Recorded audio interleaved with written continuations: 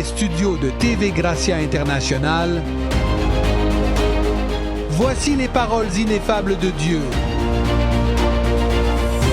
L'Évangile de la grâce sur les lèvres de Jésus-Christ homme. Abba Père.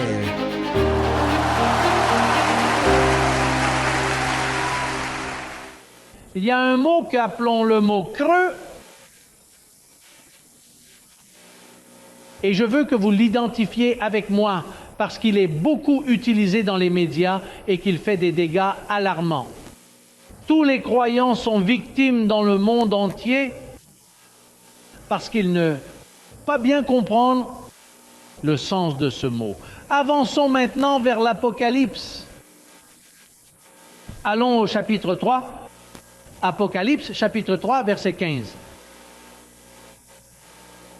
C'est un livre qui est étudié par beaucoup de croyants et ce que nous allons lire maintenant vous affecte gravement si vous n'êtes pas un connaisseur. Il est dit au verset 15, « Est-ce que nous en sommes tous là? Je connais tes œuvres, tu n'es ni froid ni bouillant, je voudrais que tu sois froid ou bouillant, mais parce que tu es tiède et que tu n'es ni froid ni chaud, je te vomirai de ma bouche. »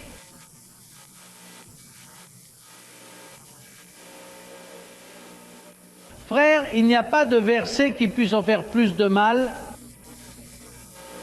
que ces versets quand on ne les comprend pas. À cause de la connaissance que vous avez quand vous lisez ce verset, vous vous refroidissez. Non, attendez une minute, je ne me refroidis pas parce que le Christ m'a rendu parfait pour toujours avec une seule offrande. D'ailleurs, il dit que je suis complet en lui.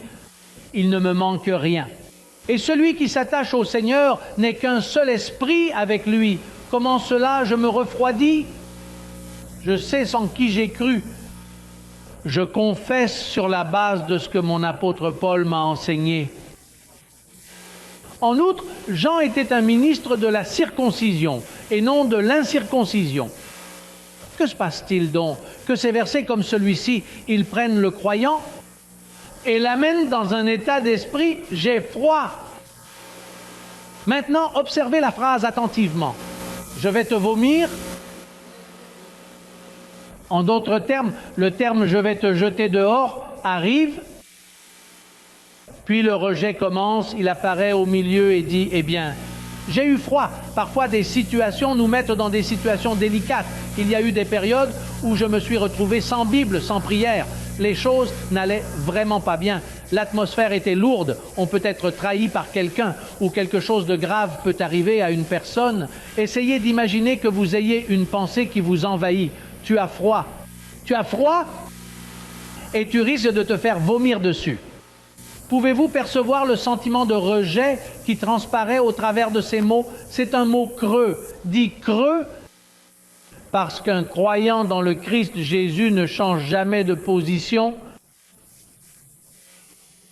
Parce que la position du croyant en Christ ne dépend pas de ce qu'il fait, mais de ce que Dieu a fait et de ce qu'il a fait. Il est dit qu'il vous a fait asseoir dans les lieux célestes avec Jésus-Christ.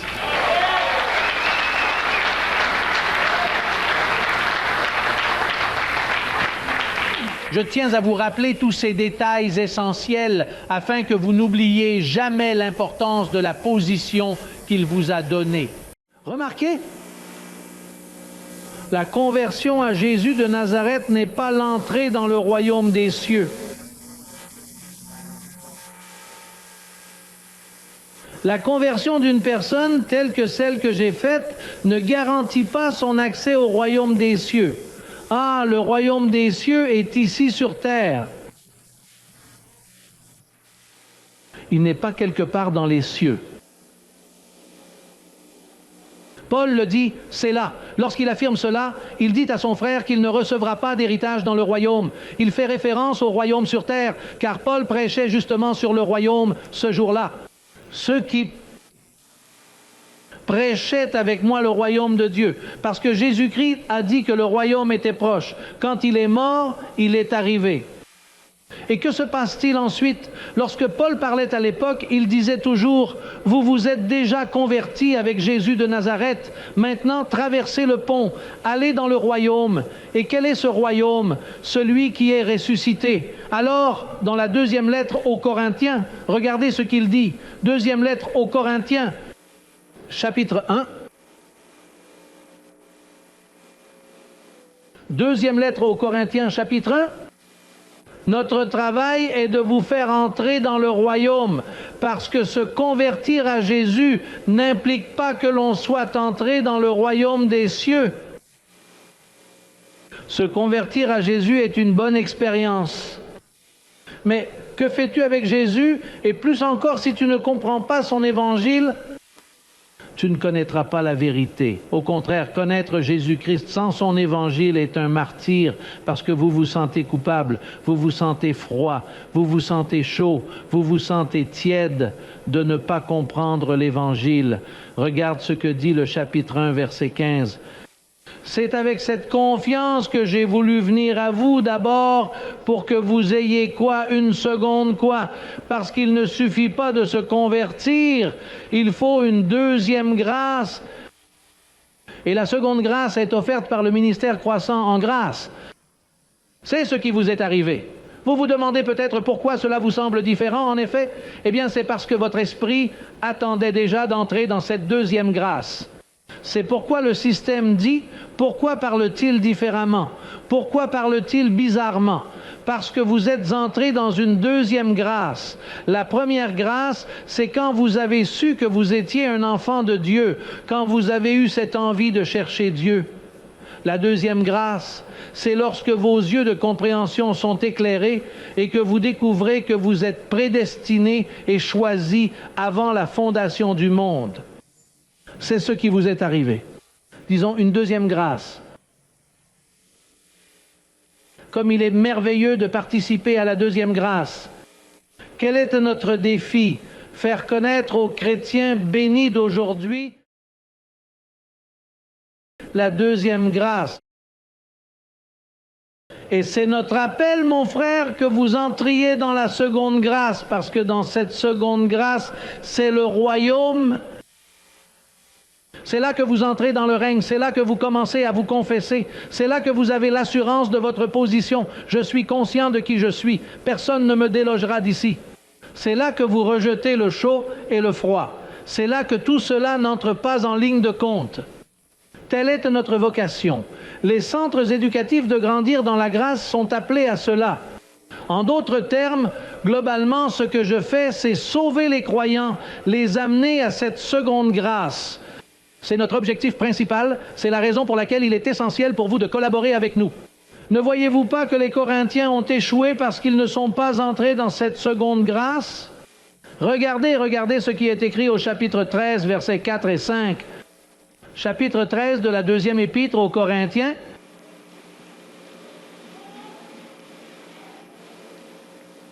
Verset 5. Il est dit... Examinez-vous vous-même pour savoir si vous êtes dans quoi. Et qu'est-ce que c'est que d'être dans la foi? Une deuxième grâce. Être en Christ, ce n'est pas être dans la foi. Être en Christ est une expérience profonde de conversion. Elle exprime le fait que le Christ est mort pour moi, que Jésus a donné sa vie sur la croix pour me sauver, dans un acte de sacrifice pour éliminer le péché. J'ai entendu ce message et je sens la crainte de Dieu, mais entrer dans la foi est une autre histoire. C'est ce qui arrive aux personnes qui ne sont pas dans la foi. Ils sont en Christ. Quand vous leur parlez de la foi, ils vous disent « Attention mes frères, regardez, centrez sur le Christ, restez, ne bougez pas de là. » Ils ne savent pas que ce que nous faisons les amène à la foi. Paul a dû dire aux Corinthiens « Examinez-vous pour voir si vous êtes dans la foi parce que vous êtes en Christ. » Pourquoi Paul a-t-il dû demander à cette Église si elle était dans la foi?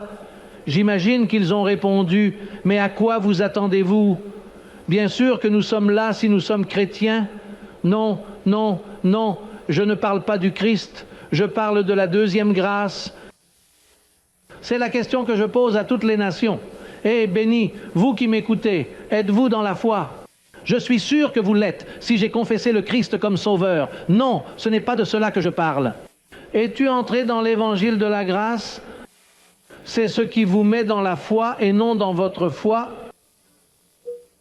Parce qu'il y a encore des gens qui disent « Mon frère, j'ai une foi. Regardez, j'ai la foi. » Mais ils ne parlent pas de votre foi. Ils parlent de la foi, du don de Dieu en Jésus-Christ. Votre foi ne vaut rien. Essayez-la pour voir qu'elle ne sert à rien.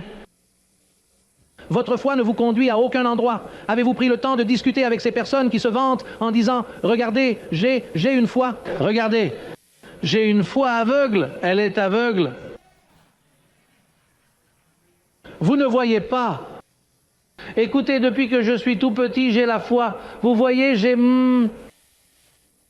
Regarde, cette foi que tu as depuis que tu es tout petit, c'est bien pour te convertir et savoir que Dieu existe. Toutefois, pour accéder à la deuxième grâce, il est nécessaire de passer par les mains de l'apôtre.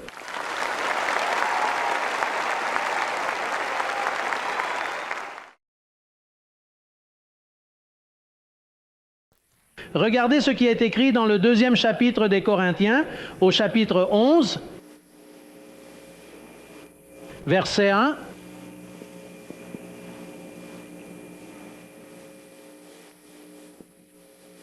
Il dit qu'il a expliqué aux Corinthiens pourquoi il ne voulait pas de la seconde grâce. Ne voyez-vous pas qu'il s'agissait de disciples de Pierre et des apôtres? Les apôtres avaient la capacité de vous ensorceler pour que vous restiez avec le Christ et que vous ne veniez pas à la foi. Oui, les apôtres étaient experts pour dire « il est mort pour vous ». D'accord, ça suffit, je le sais. Non, mais ne partez pas de là. Soyez centrés sur le Christ. Très bien, je suis en Christ. Quel était votre problème? Laissez-moi entrer dans la deuxième grâce. Non, ne vous éloignez pas du Christ.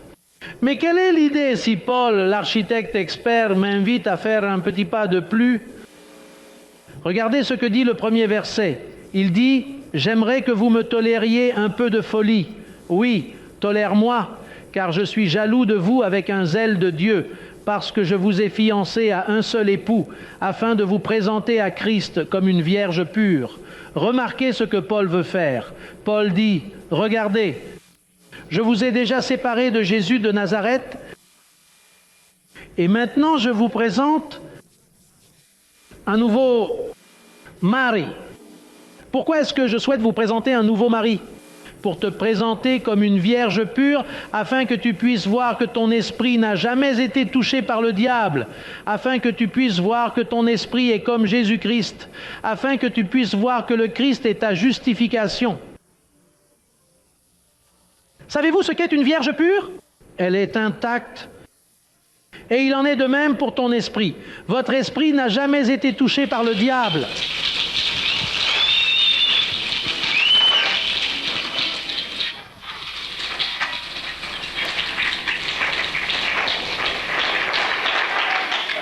Tu étais entre les mains du diable. Non, ce qui était entre les mains du diable, c'était ma chair, mais ton esprit. Ne voyez-vous pas que s'il peut vous marier à un seul mari, s'il peut faire cela, alors vous avez l'air parfait en Christ? Tout ce qui concerne la sanctification, le Seigneur s'approche. Tout cela n'existe plus. Ce que Jacques dit, « Approchez-vous de Dieu, et il s'approchera de vous », tout cela n'existe plus. Que voulez-vous dire « Approchez-vous » si je suis en Dieu, je suis baptisé en Christ?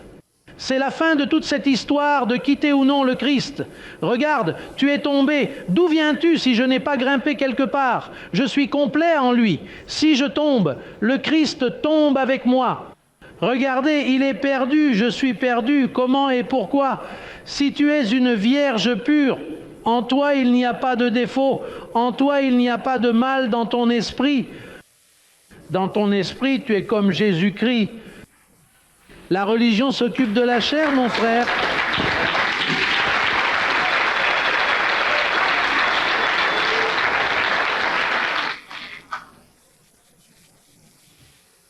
Regardez toutes les prédications, écoutez-moi, toutes. Regardez, même si le prédicateur prêche gentiment, même s'il explique d'une manière calme, ils s'occupent tous de votre chair. Frère, regardez, efforcez-vous. Frère, fais attention. Frère, regarde. Alors, savez-vous ce que signifie 20 ans de attention, restez ferme, ne pas rester ferme, attention, regardez, vous vous refroidissez, vous vous échauffez. Elles vous mettent dans un état d'insécurité que vous ne connaissez pas. Maintenant, Paul dit, regardez, supportez ma folie. Et regarde, tu es sauvé par cette folie, par la folie de la prédication. Vous voyez, la folie que nous prêchons est de présenter tout homme parfait comme une vierge pure. Nous disons à la personne qui traverse une mauvaise passe, nous disons, béni, regarde à l'intérieur. Depuis longtemps, vous avez observé attentivement l'extérieur. C'est précisément là que les complexes, les rejets et les situations se forment. Ne réalisez-vous pas que tous les ministères travaillent avec votre corps, avec votre chair, avec tous les aspects extérieurs de votre être? Sortons du camp, sortons de là. Sortez du camp et voyons-nous comme Dieu nous voit, comme une vierge pure en Christ. Regarde Paul pour expliquer. Il ne trouvait plus le moyen de l'expliquer. À Rome, regardez ce qu'il a dû dire, Romains 7, 1. Je n'ai pas dit 7, 4, j'ai dit 7, 1. Ces versets sont utilisés par les conseillers pour conseiller les mariages et à partir de là, ils traitent le père, la mère et tous les autres d'adultère. Mais ce dont Paul parlait, c'était du mari, Jésus-Christ. Il dit, j'ai voulu vous présenter un seul époux, et il l'a présenté sous la forme d'une analogie tirée du mariage. Il a pris l'exemple du mariage pour vous dire ce qui est arrivé à votre esprit. Regardez, le premier verset dit, ignorez-vous, frères, car je parle à ceux qui connaissent la loi, que la loi domine sur l'homme aussi longtemps qu'il vit. En effet, la femme mariée est soumise par la loi à son mari tant qu'il vit. Mais si le mari meurt, elle est libérée de quoi? De la loi du marié. Si donc elle est mariée à un autre homme du vivant de son mari, elle sera adultère. Mais si son mari est mort, elle est affranchie de cette loi, de sorte que si elle est mariée à un autre mari, elle ne sera pas adultère. Remarquez, prêtez attention, car Paul utilise cette analogie pour vous amener à comprendre. Cependant, les gens d'aujourd'hui qui ne comprennent pas disent que vous ne pouvez pas vous remarier, mon frère. Mais mon mari est un démon. Cette femme est... Écoutez, vous ne pouvez pas, alors tu dois rester célibataire toute ta vie. Mais je ne suis pas capable de rester chaste. Eh bien, endurez-le, supportez-la. Oh, ou se faire castrer. Parce que c'est écrit ici. Mais ce sont ceux qui connaissent la loi. Il est dit ici que s'il est vivant et que vous vous mariez, vous commettez un adultère. Cependant, il ne s'agissait pas de cela dont parlait Paul. Paul parlait de Jésus de Nazareth, le premier mari qui est mort. Et maintenant, vous appartenez au second, celui avec qui il veut vous marier, à un seul mari. Je vous le prouve maintenant. Regardez le verset 4. Il dit, « Vous aussi, mes frères, vous êtes morts à la loi par le corps du Christ, Jésus de Nazareth, afin d'appartenir à un autre, à celui qui est ressuscité d'entre les morts, pour porter du fruit pour Dieu. » Je souhaite que toutes les absurdités que ces pasteurs commettent, frères, il est dit ici que si vous vous remariez, vous êtes dans l'adultère. Ils vont dans un sens et Paul va dans l'autre. Paul essaie de dire, mais écoutez, j'ai voulu vous fiancer à un seul mari pour vous présenter à Christ comme une vierge pure. Un seul mari. Puis, dans Romains 7, 4, Paul fait une analogie. Voyez la façon dont la loi le dit. De même, frères, vous êtes déjà libres d'épouser le Christ, le ressuscité. Laissez Jésus de Nazareth parce qu'il est mort. Il y a des pasteurs qui ne veulent pas abandonner Jésus de Nazareth. Ils veulent deux maris. C'est de l'adultère spirituel. Imaginez. Et puis, ils ont donc Jésus de Nazareth dans un tableau. C'est celui qui est mort pour moi. Et à Pâques, ils le gardent et ils le vénèrent. Ah, écoutez ça. La contamination de l'esprit. Dans l'esprit, vous devez effacer Jésus de Nazareth, parce qu'on le voit plein d'épines. C'est pourquoi il est dangereux de montrer un crucifix à un petit enfant, parce que vous contaminez son esprit. Ne voyez-vous pas que Jésus est Dieu? Ainsi, en présentant Dieu dans la défaite, votre esprit est laissé sans direction. Mon Dieu a été crucifié. Et c'était le corps. Vous aussi, frères, vous êtes morts à la loi par le pont, par le corps du Christ, afin d'appartenir à un autre, afin d'épouser un seul mari.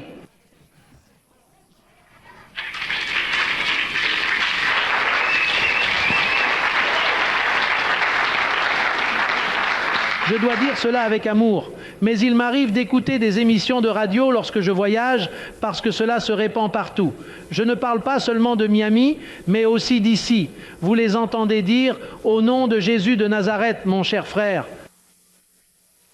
Au nom de Jésus de Nazareth, je te déclare libre, je te déclare libre. Vous voyez, je suis désolé pour eux parce qu'ils veulent bien faire, mais ils prient au nom de celui qui est mort. Pas au nom de celui qui vit. Frère, regarde, si vous avez un second mariage, vous n'aurez pas la photo de l'autre mari dans le salon?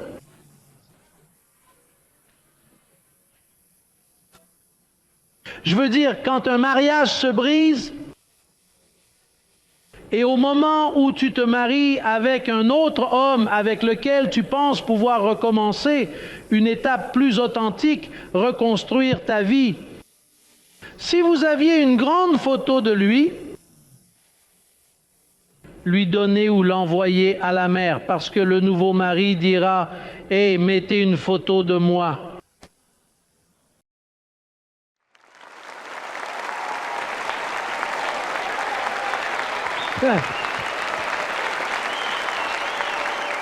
Je veux dire que c'est bien qu'il y ait quelques photos, quelques petits souvenirs qui traînent, mais ce n'est pas bien non plus qu'ils soient sur la table.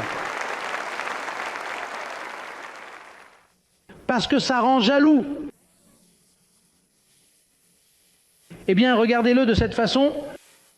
Quand le ressuscité voit qu'il pose les yeux sur sa chair,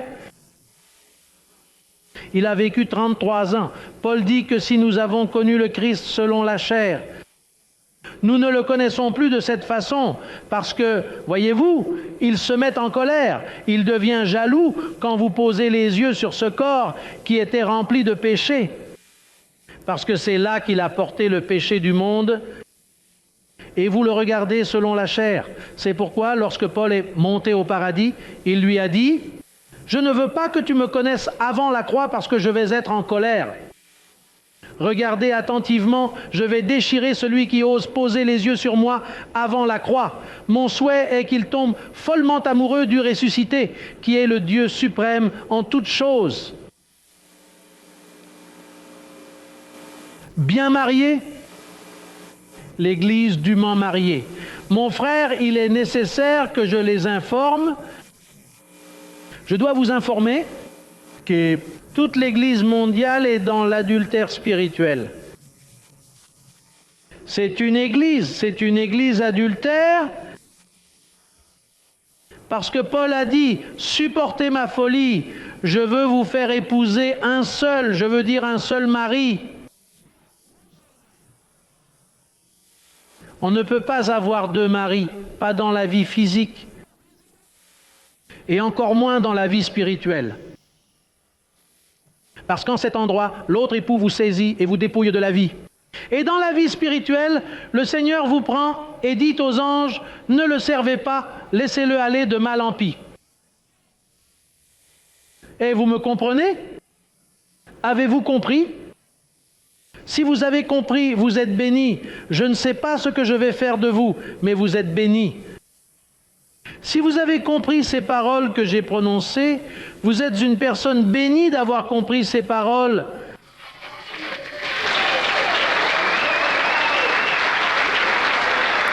béni.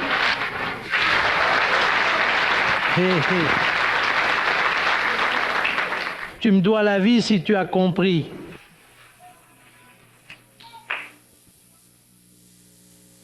Nous te donnerons la facture lorsque tu quitteras l'établissement. Je t'aime, au revoir. À bientôt. Levons-nous et disons à notre voisin, dûment marié, un seul mari pour l'Église.